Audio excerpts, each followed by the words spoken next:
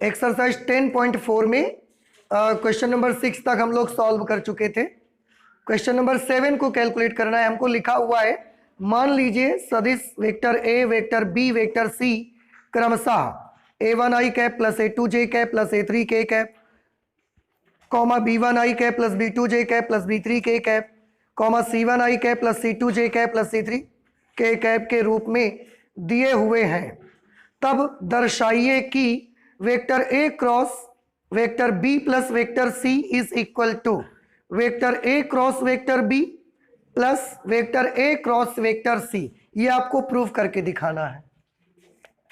देखिए भैया, आपको दिया है वेक्टर ए की वैल्यू, वेक्टर ए की वैल्यू दी गई है a1 i cap, a2 j cap plus a3 k cap.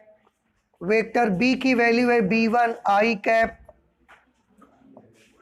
b2 j cap plus b3 k cap और वेक्टर सी की वैल्यू है c1 i cap plus c2 j cap plus c3 k cap.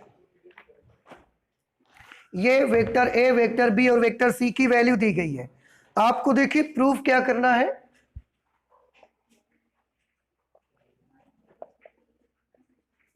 सिद्ध करना है vector A cross vector B plus vector C is equal to vector A cross vector B plus vector A cross vector C. ये बेटा आपको proof करके दिखाना है, ठीक है। चलिए, उसके लिए सबसे पहले मैं right hand side left hand side को सॉल्व कर लेता हूं। लेफ्ट हैंड साइड में है vector A cross vector B plus vector C. Left hand side को सॉल्व करने के लिए पहले हम vector B plus vector C निकालते हैं। Vector B plus vector C, vector B को और वेक्टर सी को जोड़ना है आपको। ऐड करिए, क्या मिलेगा, b1 plus c1 i cap plus b2 plus c2 j cap plus b3 plus c3 k cap. ये वेक्टर बी और वेक्टर सी का जोड़ आ गया। अब vector B plus vector C के साथ मुझे ए का क्रॉस प्रोडक्ट कर देना है, इसलिए vector A cross vector B plus vector C. अब आप देखो, मुझे वेक्टर ए का और vector B plus vector C का क्रॉस प्रोडक्ट करना है। क्रॉस प्रोडक्ट करने के लिए क्या तरीका बताया गया था आपको, शारीरिक। तो शारीरिक हम यहां बनाएंगे, ऊपर वाली रो में आई कैप, जे कैप और के कैप। दूसरी रो में ए के आई जे के गुणांक लिखो, तो यहां पर आएगा a1 a2 a3। Cross B plus सी है, तो थर्ड रो में बी प्लस सी का वेक्टर जो है उसके आई जे के गुणांक लिखो, b1 plus c1, b2 plus c2, b3 plus c3। ऐसे ही तो आ जाएगा। अच्छा, अब इसको कैलकुलेट करिए भाई। कैलकुलेट करने में सबसे पहले आई कैप का टर्म आएगा, और आई कैप के टर्म को फाइंड आउट करने के लिए क्या करते हैं, दोनों तरफ से आई कैप कवर कर लीजिए। अगर दोनों तरफ से आप आई कैप कवर कर लेंगे, फिर आपको क्या मिलेगा, a2 a3 b2 plus c2 b3 plus c3। इसको इससे मल्टीप्लाई करेंगे आप, तो इसको इससे मल्टीप्लाई करेंगे तो क्या मिलेगा, देखिए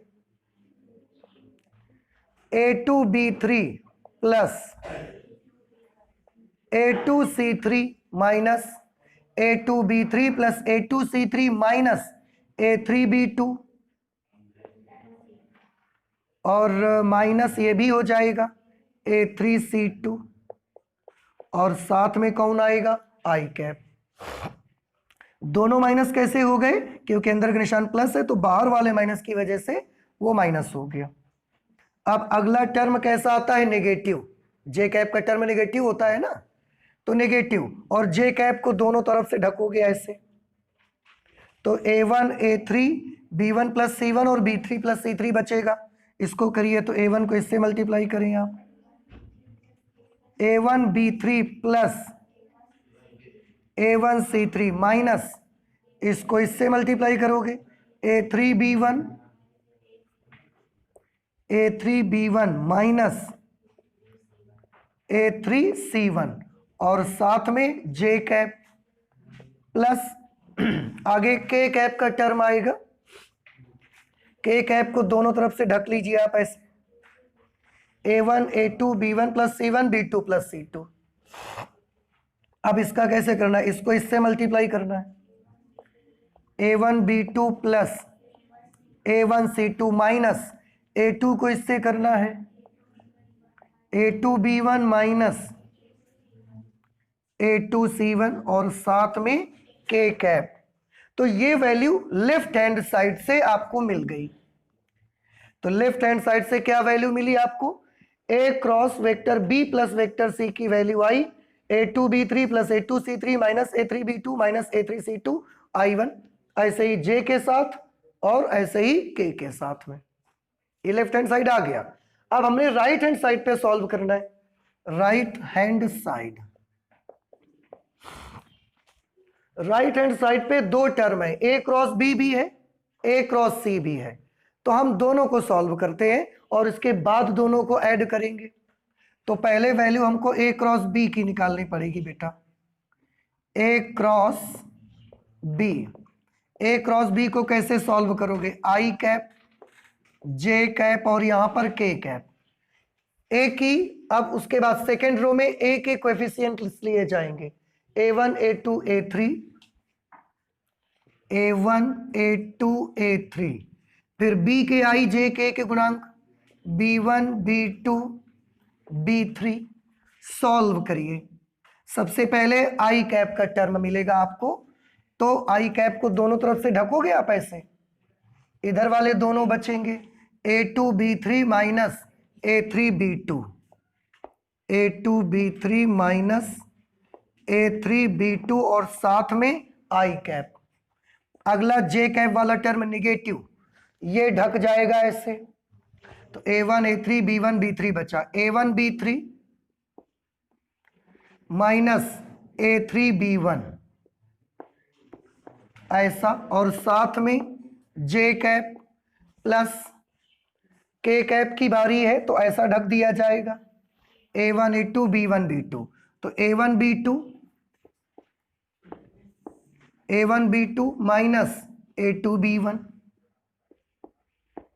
ऐसा, और इसके साथ में क्या आ गया, K कैप। ये किसकी वैल्यू निकल के आ गई, A क्रॉस B। हमको राइट हैंड साइड के लिए A क्रॉस C भी चाहिए, तो अब हम A क्रॉस C भी कैलकुलेट करेंगे। Vector A cross vector C, सबसे फर्स्ट रो में I cap J cap K cap, second row में A के I J K के गुणांक means A1 A2 A3, C वाले के C1 C2 C3 ऐसा। अब इसको भी सॉल्व करो भाई। सबसे पहले I वाले टर्म ये ढके जाएगा, A2 C3 minus A3 C2 साथ में I कैप नेगेटिव, J वालों के ढक लोगे तो ऐसा बचेगा, A1 C3 minus A3 C1 साथ में J cap plus next K cap ढकोगे ऐसे, तो A1 C2 minus A2 C1, A1 C2 minus A2 C1 और साथ में K कैप। तो हमने A क्रॉस B भी निकाल लिया, A क्रॉस C भी निकाल लिया। अब इसके बाद राइट हैंड साइड अगर आपको फाइंड आउट करना है तो दोनों को जोड़ना पड़ेगा अब तो आपको। तो अब vector A cross vector B plus vector A cross vector C जोड़ दें दोनों को, तो A क्रॉस B की वैल्यू ये आप देख रहे हैं बेटा, ये वाली, और A क्रॉस C की वैल्यू आप यहां पर देख रहे हैं। ठीक, इन दोनों को ऐड करना है। दोनों को ऐड करना है तो आप I कैप को I कैप के साथ ऐड करोगे, J कैप वाले टर्म को J कैप वाले के साथ, K कैप वाले के साथ K कैप वाले को। ये तो तरीका है हमारा। तो ये इसके साथ ऐड होगा, आई कैप तो हम कॉमन कर लेंगे, तो आई कैप हमने कॉमन कर लिया तो पीछे रख देंगे, इनको लिखना पड़ेगा साथ में। तो क्या लिखना पड़ेगा बताओ, A2B3 minus A3B2 plus A2C3 minus A3C2, ऐसे तो लेना पड़ेगा आपको। तो इनको एक और तरीका ना कर लो, जब इसको इसको इसको इसको सबको हमको एक साथ ही लिखना है, तो पहले इसके साथ इसको लिख दो, फिर माइनस इसको और माइनस इसको लिख दो। कोई प्रॉब्लम है आपको? लिखना तो साथ में ही है ना सबको। चलिए देखिए हम कैसे लिखेंगे, A2B3 plus A2C3 minus A3B2 और माइनस A3C2, और सबसे लास्ट में जाके क्या लगा दिया हमने, बताओ कोई दिक्कत है आपको? कोई परेशानी तो नहीं है आपको? सबको हमने लिखा है, देखो कोई नंबर छोड़ा नहीं, जैसा जिसका साइन था वैसा साइन भी लगाया, टर्म थोड़े से आगे पीछे कर दिए हैं, इसको पहले लिख दिया, उसके बाद इसको लिख दिया, उसके बाद इसको लिखा और सबसे बाद में इसको लिख दिया, ऐसा हमने कर दिया है आई कैप। अब जे कैप की बात करो, तो जे कैप का टर्म यहां भी नेगेटिव यहां भी नेगेटिव, तो हम यहां नेगेटिव लगा लेते हैं, इसके बाद यहां पर आ जाइए। अब इसको कैसे लिखेंगे, A1B3 plus A1C3, A1B3 plus A1C3 minus A3B1 और माइनस A3C1। तो जो जैसा टर्म है लिखेंगे हम उसको वैसा ही, केवल थोड़ा टर्म्स को बस आगे पीछे करे दे रहे हैं बस। इसमें के कैप वाले में आइए, तो A1B2 plus A1C2 minus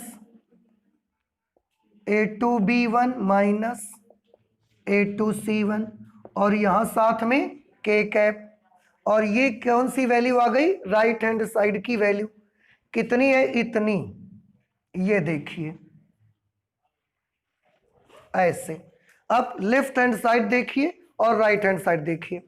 left hand side की वैल्यू थी A2B3 plus A2C3, A2B3 plus A2C3 minus A3B2 minus A3C2 minus A3B2 minus A3C2 आई कैप। अब मिलाइए दोनों को जरा, जे कैप का टर्म मिलाइए, A1B3 बाहर minus A1C3 minus A3B1 minus A3C1 J cap plus A1B2 plus A1C2 minus A2B1 minus A2C1 K cap, पूरा match कर रहा है। तो इससे क्या प्रूफ हुआ कि जो आपका लेफ्ट हैंड साइड था वो आपके राइट हैंड साइड के बराबर होता है, इसमें हो जाएगा।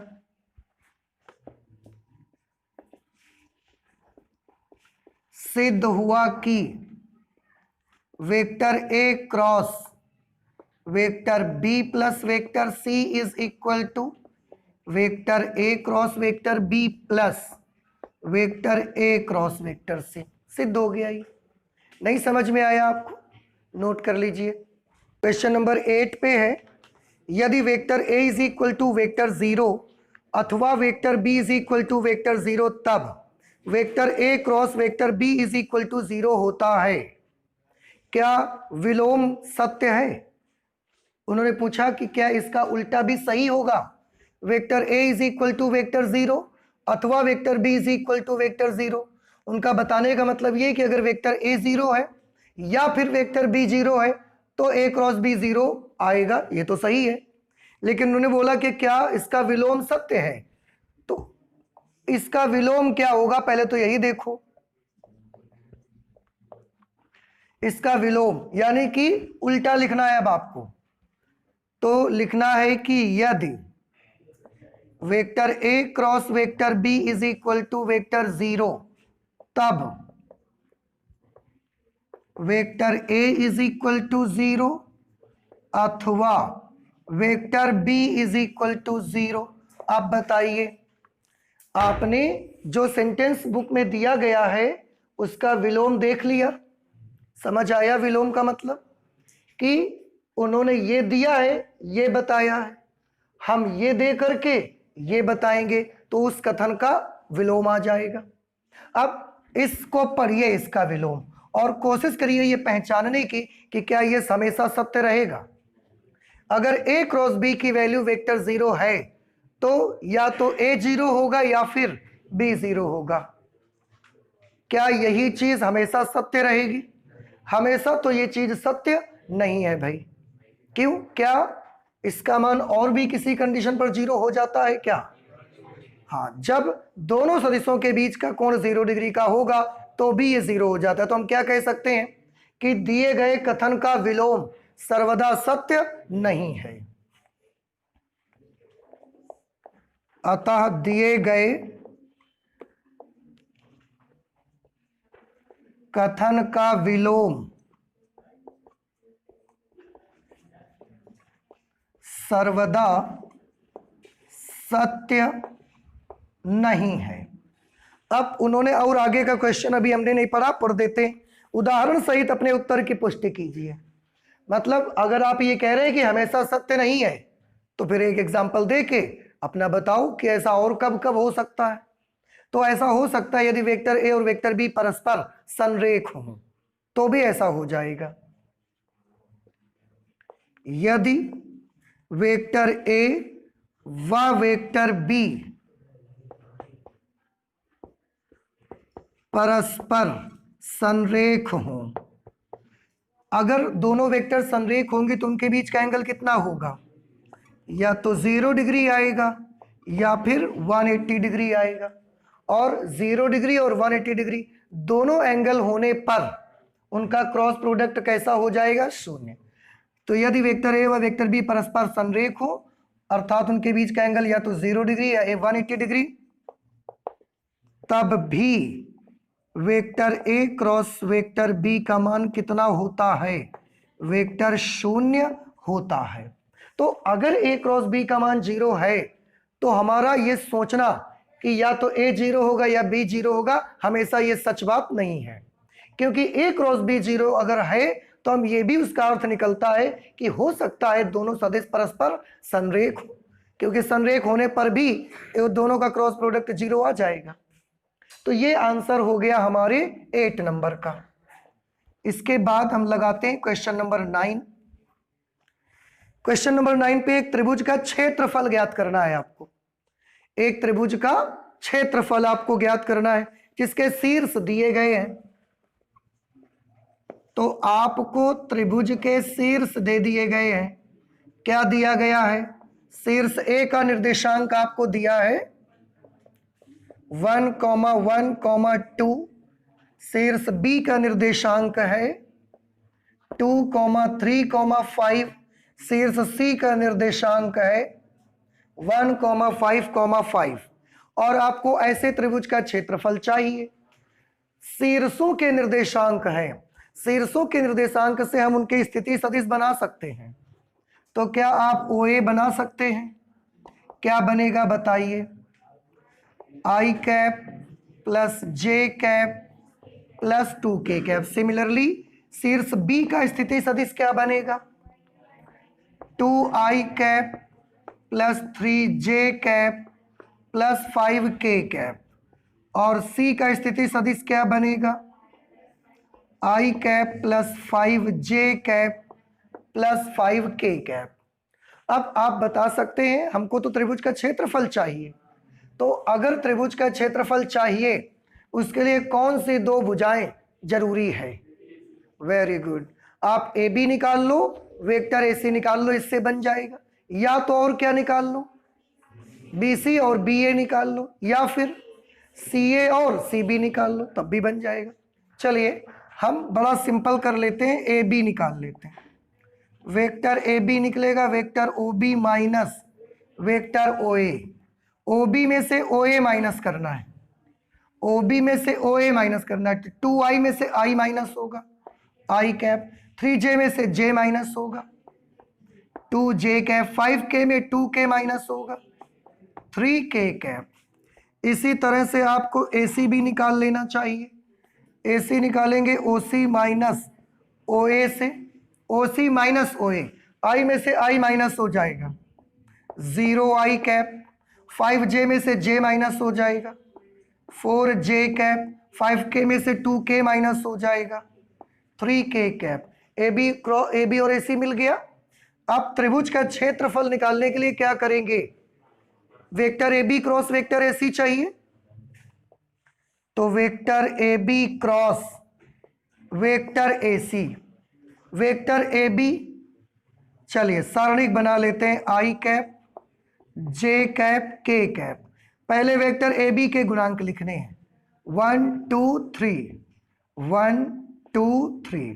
फिर वेक्टर ए सी के कोएफिशिएंट्स लिखने हैं, 0 4 3। क्या इसको हल करना अभी भी आपको नहीं आ पा रहा है? तो आपको आ जाता है सॉल्व करना सबको, तो अगर ये आ जाता है तो आप कर लेना। अच्छा, मैं हिंट कर देता हूं कि करना क्या क्या है। पहले ए बी क्रॉस ए सी निकाल लीजिएगा, इसके बाद क्या करेंगे, इसके बाद आप mod of A B cross A C निकाल लेना। ए बी क्रॉस ए सी की जो भी वैल्यू आएगी उसका मापांक, और जब उसका मापांक भी आ जाएगा तो फिर त्रिभुज ए बी सी का क्षेत्रफल। तो पहले इसको कैलकुलेट करना, फिर इसको कैलकुलेट करना, और फिर फॉर्मूला लगा देना 1/2 mod of vector A B cross vector A C. तो जो mod of vector A B cross A C निकाला हो वो पूरा इसकी जगह पर लिख देना, सॉल्व कर लीजिएगा। ठीक है, नहीं बनेगा, बन जाएगा ना सबसे। अच्छा, इसके बाद क्वेश्चन नंबर 10 देखते जाइए। क्वेश्चन नंबर 10, एक समांतर चतुर्भुज का क्षेत्रफल ज्ञात करिए जिसके संलग्न भुजाएं सदिश वेक्टर ए और वेक्टर बी द्वारा निर्धारित हैं। वेक्टर ए की वैल्यू दी है भैया आई कैप माइनस जे कैप प्लस 3K कैप, और वेक्टर बी की वैल्यू दी गई है 2I cap minus 7J cap plus K cap. Question मैं एक बार फिर से पढ़ता हूं, आप गौर से सुनिएगा। एक समांतर चतुर्भुज का क्षेत्रफल ज्ञात करिए। ये हमने एक समांतर चतुर्भुज बना लिया,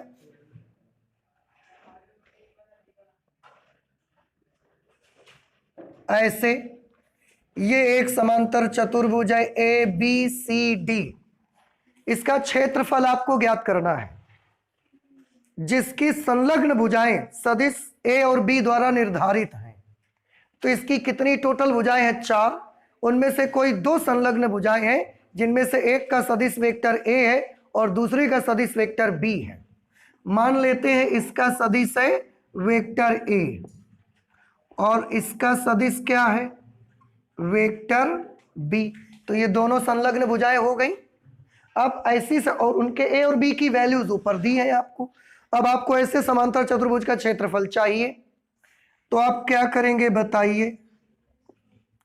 area of parallelogram is equal to mod of vector A cross vector B.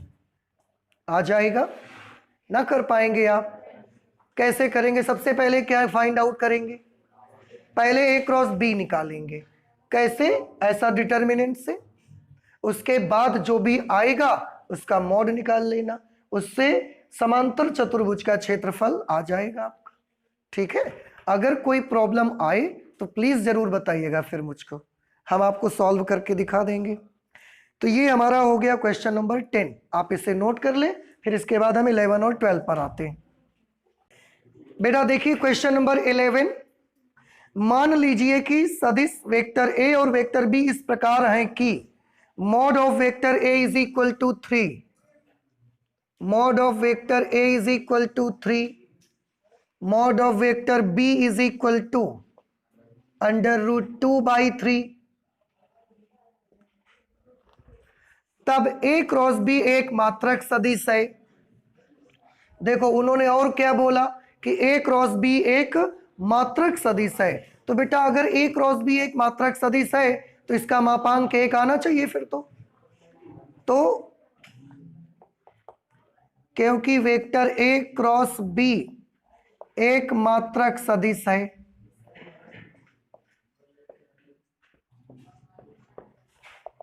इसलिए mod of A cross B should be equal to 1। A cross B का मॉड्यूलस 1 आना चाहिए। मात्रक सदिश है यदि ए और बी के बीच का कोण है, और उसके लिए 4 ऑप्शंस हमको दिए गए हैं। मैं एक बार फिर से क्वेश्चन पढ़ता हूं, आप अच्छे से समझिए। लिखा हुआ है कि मान लें कि वेक्टर ए और वेक्टर बी इस तरह से हैं कि ए का मॉड्यूलस 3 है, बी का मॉड्यूलस √2/3 है, और ए क्रॉस बी एक इकाई सदिश है। तो ए क्रॉस बी इकाई सदिश है तो इसका मापांक 1 हो जाएगा। तो उनका कहना यह है कि तो फिर ए और बी के बीच का एंगल पता लगा के बताओ, और ऑप्शन दिए हैं 4 आपको। क्या कोई बता सकता है mod of A cross B की वैल्यू क्या होती है? चलिए कोई प्रॉब्लम नहीं है। सबसे पहले मुझे आप बताएं ए क्रॉस बी का फॉर्मूला क्या होता है, और फिर आप मुझे बताएं mod of A cross B का फॉर्मूला क्या होता है। बताइए, इंट्रोडक्शन में दोनों चीजें बताई गई हैं। हाँ तो बताओ, ए क्रॉस बी बताओ। Mod of A into mod of B into N cap. Very good. Mod of A into mod of B into sine theta into N cap. Mod of A cross B की value, mod of vector A mod of vector B into sine theta. फिर उसमें N cap नहीं रहेगा। क्यों नहीं रहेगा N cap? क्योंकि हमने सब का क्या किया, मापांक लिख दिया। इसका मापांक तो यही रहेगा, इसका यही रहेगा, क्योंकि ऑलरेडी पॉजिटिव है। इसका मापांक भी यही, लेकिन एन कैप एक इकाई सदिश है तो इसका मापांक क्या हो जाएगा, 1। अब 1 लिखोगे भी तो कोई फर्क नहीं पड़ेगा। इसलिए mod of A cross B का formula mod of A into mod of B into sine theta.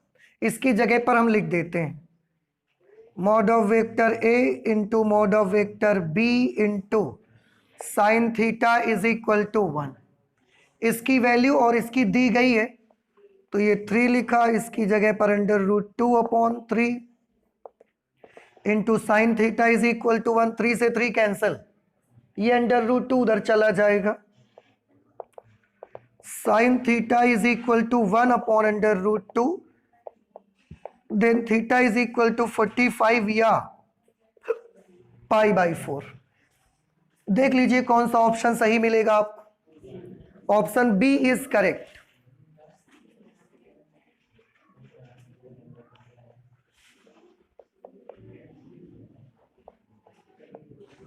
Option B is correct. अच्छा, इसके बाद 12th नंबर क्वेश्चन पे आ जाइए। एक आयत के शीर्षों ए बी सी डी के स्थिति सदिश क्रमशः ये सब दिए गए हैं। आपको एक आयत दिया हुआ है तो ये हम एक आयत बना लेते हैं। यहां पर ये एक आयत हमने बना लिया। मान लिया कि ये आयत है ए बी सी और डी। आयत के शीर्षों के स्थिति सदिश दिए गए हैं। शीर्षों के स्थिति सदिश का मतलब क्या होता है? वेक्टर ओ ए दिया हुआ है, वेक्टर ओ बी दिया गया है, वेक्टर ओ सी और वेक्टर ओ डी भी हमको दिए गए हैं। क्या दिए गए हैं देखो भैया, ये चीज समझ में आई ना। ओ ए ओ बी ओ सी ओ डी दिए गए। शीर्ष किसी भी बिंदु का अगर सदिश दिया है तो आप समझ जाएं कि वो इसका स्थिति सदिश है। ओ ए की वैल्यू कितनी है, -i cap plus 1/2 J cap plus 4k cap. O B दिया हुआ है i cap plus 1/2 J cap plus 4k cap. O C की वैल्यू दी गई है i cap -1/2 J cap plus 4k cap, और इसके बाद ओ डी की वैल्यू है -i cap -1/2 J cap plus 4k cap. देख लीजिएगा भाई सारे सही लिखे हुए हैं, कहीं वही माइनस प्लस या नंबर की मिस्टेक तो नहीं हो रही है। ठीक है। अच्छा, उन्होंने बोला इस आयत का क्षेत्रफल पता लगाओ, तो बेटा आयत का क्षेत्रफल सेम हम ऐसा ही निकालेंगे जैसे समांतर चतुर्भुज का निकालते हैं। बस उसके लिए जरूरत पड़ेगी आपको उसकी दो संलग्न भुजाओं की। इसकी दो संलग्न भुजाएं कौन सी है? एक AB है और एक AD है। अगर आप AB और AD निकाल लेते हैं तो फिर वही सूत्र लगाकर आप आयत का क्षेत्रफल भी निकाल सकते हैं। तो बताएं वेक्टर AB कैसे निकालेंगे?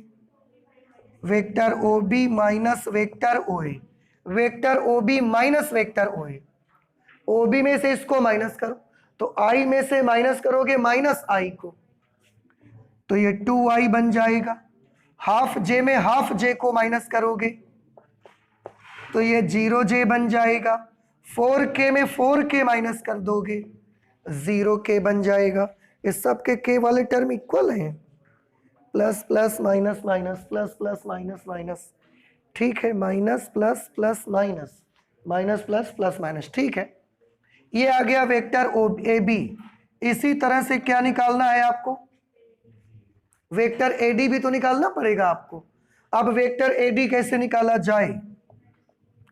Vector OD minus vector OA, OD में OA माइनस करना है, माइनस I में माइनस I को माइनस करना है 0I cap, minus half J में प्लस हाफ J को माइनस करना है minus J cap, minus half मिलके -1 हो जाएगा। 4K में 4K माइनस करना है 0K। तो इस तरह से हमने AB भी निकाल लिया, AD भी निकाल लिया। अब हमको AB क्रॉस AD चाहिए। Vector AB cross vector AD, उसके लिए सारणिक बनाएंगे I cap J cap K cap. अब AB के कोएफिशिएंट्स ले लो 2 0 0 2 0 0, AD के 0 -1 0 0 -1 0, ऐसे, ठीक है। अब अगर आप सॉल्व करेंगे तो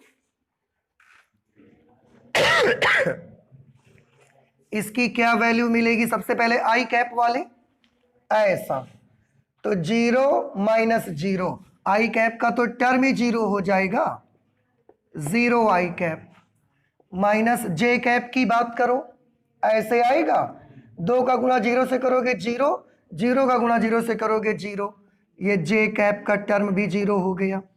K कैप की बात करिए, 2 को -1 से करोगे तो -2, -0 को 0 से करोगे 0, K कैप। तो ये आपको मिला AB क्रॉस AD की वैल्यू, बाकी सब 0 हो गया, 0I cap minus 0J cap minus 2K cap. इसके बाद हमको इसका मापांक भी चाहिए, तो modulus of vector AB cross vector AD is equal to under root I cap के गुणांक का स्क्वायर प्लस J कैप के गुणांक का स्क्वायर प्लस K कैप के गुणांक का स्क्वायर। ये तो बेटा सब 0 ही है, केवल -2 आएगा, उसका वर्ग करोगे 4 आएगा और फिर उसका सॉल्यूशन कर लोगे। AB क्रॉस AD ये 2 आ जाएगी। अब आयत का क्षेत्रफल, आयत का क्षेत्रफल क्या सूत्र लगाएं बताइए? Mod of AB cross AD, mod of AB cross AD की वैल्यू कितनी है? 2, तो बस इतने स्क्वायर यूनिट, इतने वर्ग इकाई आपके आयत का क्षेत्रफल आएगा। अब कौन सा ऑप्शन सही मिला आपको? C ऑप्शन सही है, तो आप यहां पर लिख सकते हैं ऑप्शन C इज करेक्ट, ठीक है। इस तरह से आपके एक्सरसाइज 10.4 भी कंप्लीट हो जाती है। इसके बाद हम लोग मिसलेनियस सॉल्व करना स्टार्ट करेंगे, तो उसको कल से सॉल्व कर लेते हैं, ठीक है।